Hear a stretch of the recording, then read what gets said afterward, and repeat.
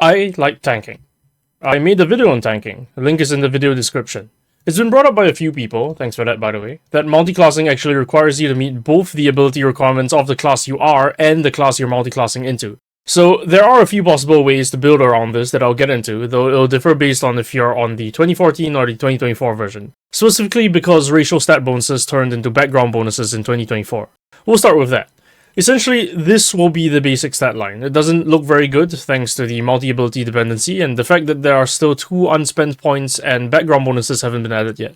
This base stat line will be used for one of 3 variants. There are good arguments and counter arguments for using any of these 3, but essentially it boils down to the question of, do you want 1 more AC and +1 to dex saves alongside being able to use 1 more Celestial Warlock die per bonus action, or do you want to give up one of those for more health and a better dodge heal?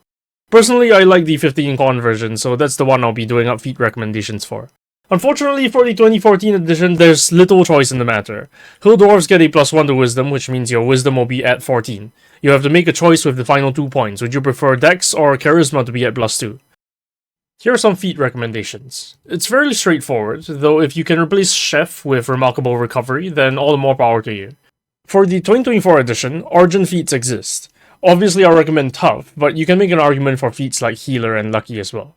Another thing of note for the 2024 edition is the usage of Durable.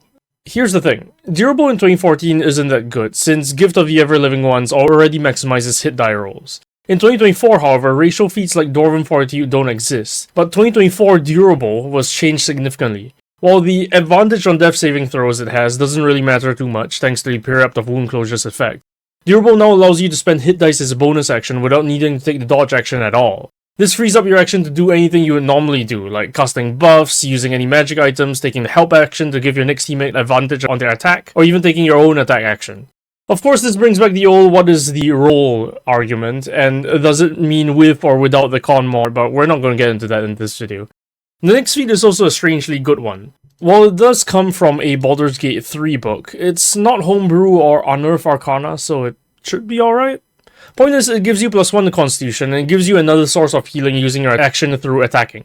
Dragon Marks are another possibility, though your DM has to be alright with using Eberron stuff. I recommend either of these marks, though one is clearly more synergistic with the tank build than the other. That being said, if you are going for a greater mark, the Mark of Healing isn't that bad. A greater Dragon Mark does require you to replace either one of these feats, however. You could shove it all the way to 20, but most games never really reach there to begin with. Final thoughts? I didn't change this timing in the original video. Oops. Many thanks to everyone who watched and subbed. Again, the previous video is in the description, or you can find it on my channel.